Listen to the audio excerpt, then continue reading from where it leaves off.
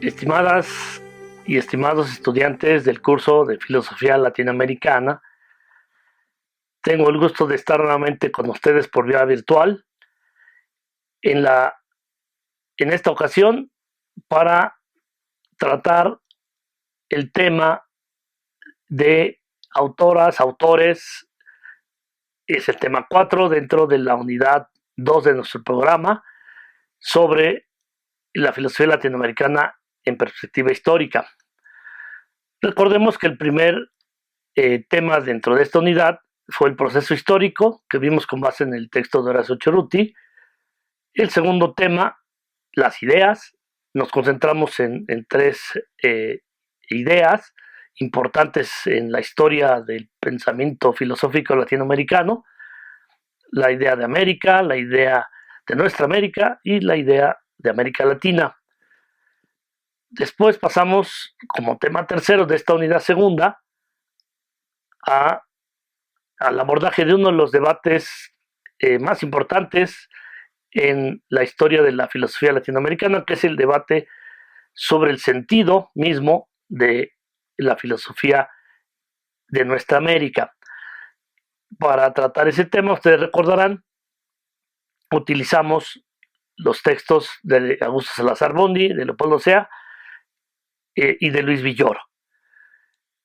Dejamos como una lectura complementaria la de Evandro Agassi, que puede esperar la comunidad internacional del filosofar latinoamericano, que tenemos dentro del mismo número de Cuadernos Americanos, donde aparece el texto de Villoro sobre el problema de la filosofía latinoamericana. Vamos a dar ahora paso al tema cuarto, que tiene que ver con una selección de dos autores o autoras. En este caso seleccionamos a Juliana González, una filósofa mexicana, y también para posterior ocasión abordaremos los planteamientos de un filósofo de origen argentino radicado en Estados Unidos,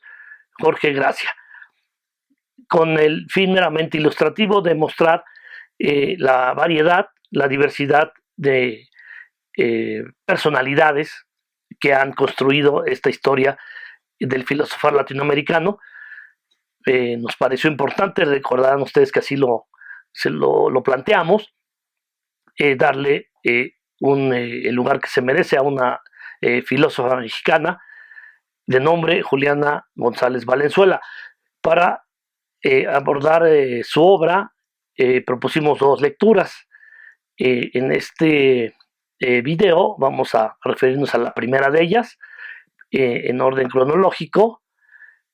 que es su libro Ética y Libertad. Posteriormente nos referiremos a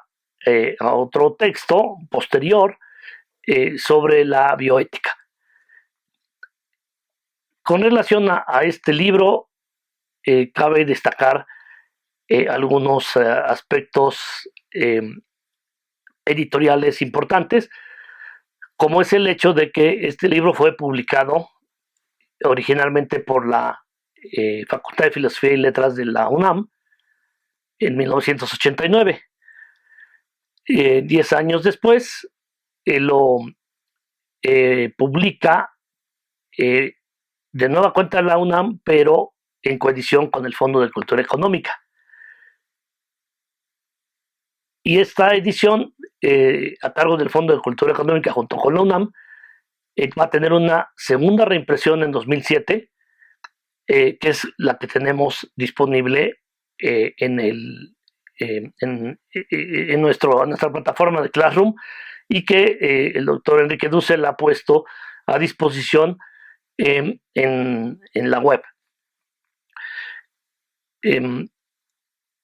Otro aspecto que cabe destacar es el hecho de que casi inmediatamente después de que se publique el libro, en 1989, dos discípulos de la doctora Juliana González, que también son figuras relevantes en la producción filosófica mexicana tanto de los años 80 y 90 como de la actualidad, se hicieron cargo de sendas reseñas, una de ellas publicada en la prestigiada revista Diano Ya del Instituto de Investigaciones Filosóficas, justamente en el año del 89. Aparece una reseña de Lisbeth Sagolz sobre el texto de Juliana González, desde luego destacando la originalidad y el rigor teórico con el que trabaja la autora, a decir de la reseñista, el tema de la ética y su relación con la libertad. Por su parte, otro discípulo de Juliana González, Enrique Hulz, a principios de los años 90, publica una reseña en la revista Utopías de la Facultad de Filosofía y Letras de la UNAM, en el número 6 de esa revista, donde destaca el carácter innovador de la propuesta de Julián González y su excelente escritura, que pues al mismo lector, filósofo, le resulta bastante atractiva desde el punto de vista estético, desde el punto de vista de la pasión que promueve, que le genera la lectura del texto. Es importante, me parece, destacar estos datos, que no son puramente anecdóticos, porque dan muestra de la posición que tiene Juliana González en los años 80, por lo menos en la Facultad de Filosofía y Letras, una posición relevante, y también pues el grupo de discípulos que ha conformado y que luego pues al publicar estas reseñas muestran su interés y atención en lo que está produciendo su antigua profesora, con la que comparten pues una preocupación central, que es sobre la importancia que tiene la ética como disciplina filosófica y también como una disciplina que tiene fundamento ontológico, dado que ese es el propósito fundamental del libro de Juliana González, Ética y Libertades, presentar argumentos que se orientan a dar un fundamento ontológico a la ética. Ahí estaría una de sus aportaciones. Hemos seleccionado para el abordaje de este libro la introducción del mismo y el capítulo 12, que puede considerarse como un capítulo de conclusiones de toda la obra. Lo que no significa que estemos menospreciando de ninguna manera las otras partes de la obra, los 11 capítulos dedicados a tanto a filósofos que han hecho importantes aportaciones en la historia de la ética, como Heráclito, Sócrates, Platón, Aristóteles. Aunque Aristóteles no le dedica un capítulo aparte, constantemente lo va citando en las distintas partes de la obra, sobre todo en la introducción y en el capítulo conclusivo. Y también le dedica un capítulo a la ética Spinoza, otro a los planteamientos éticos de Hegel y Marx, y ya de los filósofos del siglo XX se ocupa de Heidegger y de Sartre, y dos literatos también llaman la atención de Juliana González, de los cuales se extrae desde luego ideas relacionadas con la ética, que son Fyodor Dostoyevsky y Franz Kafka. ¿Qué es lo que plantea en la introducción, por lo cual consideramos importante hacer la lectura de esa parte de la obra? Pues fundamentalmente la concepción misma de la ética que va a servir como hilo conductor de toda la obra, es decir, Juliana González plantea como problematiza el concepto de libertad desde dos posturas irreconciliables entre sí, que son por un lado la postura indeterminista, que ve sobre todo manifestada en la ética kantiana, la ética formalista kantiana, que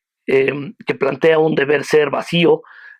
difícil de orientar la práctica real y concreta de los seres humanos. Y por otro lado también aborda el indeterminismo que propone Jean-Paul Sartre, que enfatiza el aspecto negativo de la libertad identificada con la nada, con la indeterminación en sentido absoluto. Esta postura indeterminista, tanto en la versión del libertarismo kantiano como del nihilismo sartreano, le resultan insuficientes a Juliana González, por lo que da paso a una segunda orientación, que es la determinista, destacando sobre todo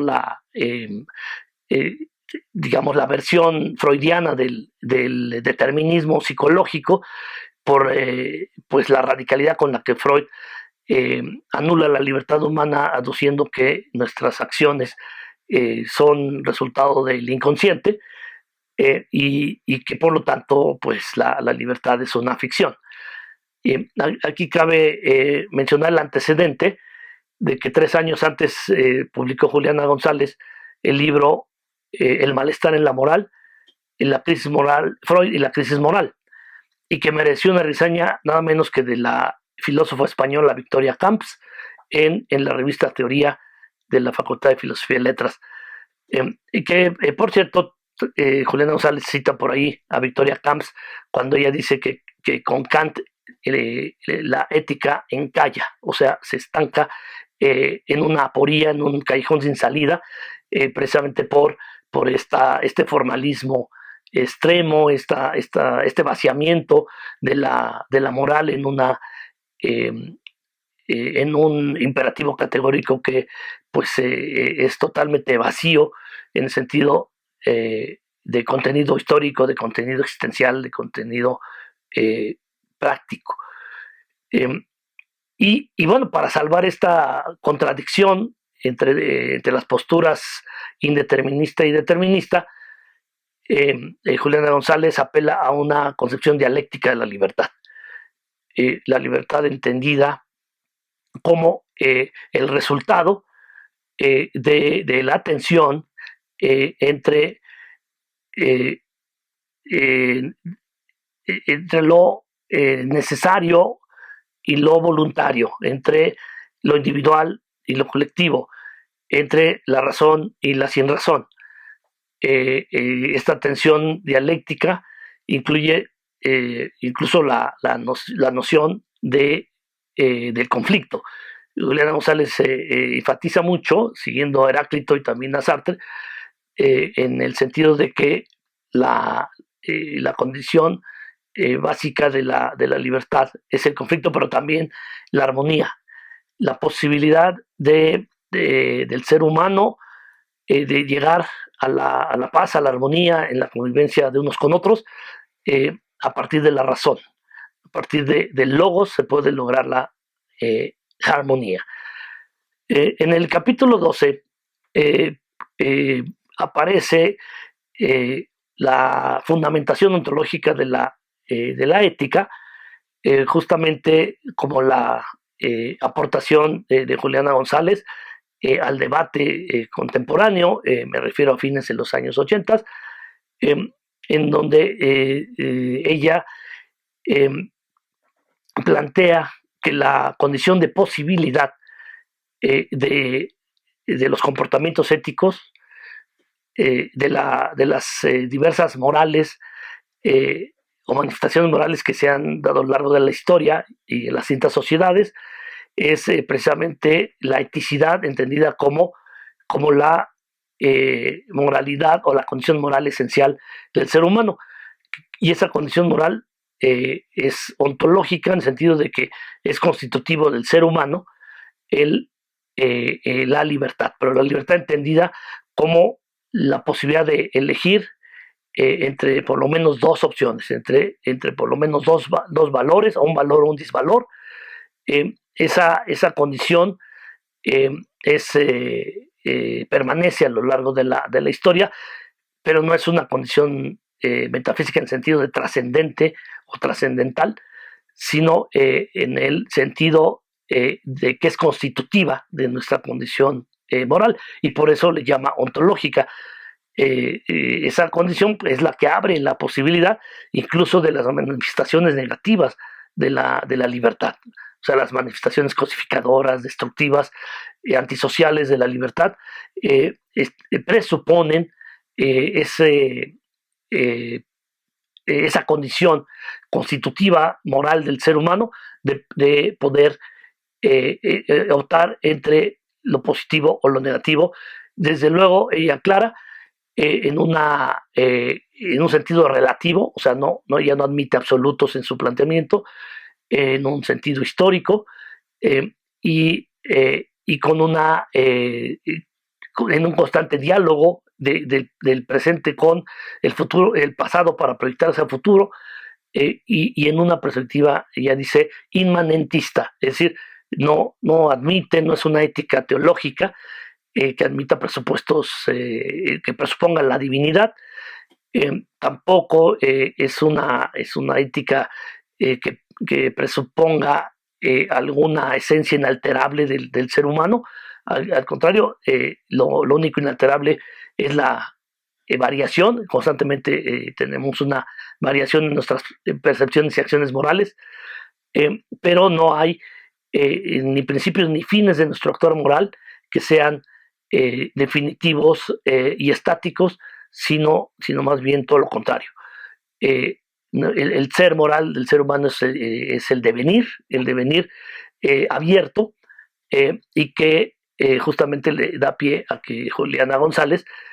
considere que su propuesta sea de una ética dialéctica, pero también se trata de una ética humanista por su visión de ver al hombre como un ser ético, un ser que va a hacer según lo que hace, o que su ser está en su hacer, y que está abierto en horizonte a desarrollar sus infinitas potencialidades. Aquí recupera la idea del ser en potencia de Aristóteles, en una constante tensión entre el ser y el deber ser, entre el conflicto y la armonía, como posibilidades del ser humano, sin dejar de puntualizar que tanto las manifestaciones positivas como las negativas comparten el mismo presupuesto, es decir, que ontológicamente somos seres éticos, es decir, que vivimos en la alternativa, en la posibilidad de ser distintos a lo que somos. Aquí la negatividad adopta el sentido de ser de un modo diferente a como hemos venido siendo. Eso es lo que nos permite ser libres de distintas maneras. De esta forma, pues concluyo la presentación de estos planteamientos, invitándoles desde luego a la lectura, no solo de la introducción del capítulo 12 de la ética ontológica, sino también pues de todo el libro, que, como dice Enrique Schulz, es una invitación a la reflexión, pero también es un deleite para el espíritu recorrer las páginas de esta gran filósofa mexicana, Juliana González Valenzuela. Aquí dejo la presentación, y les invito a que compartan sus opiniones sobre esta lectura en el tablón de nuestra plataforma de Classroom. Y bueno, pues seguimos en comunicación. Gracias.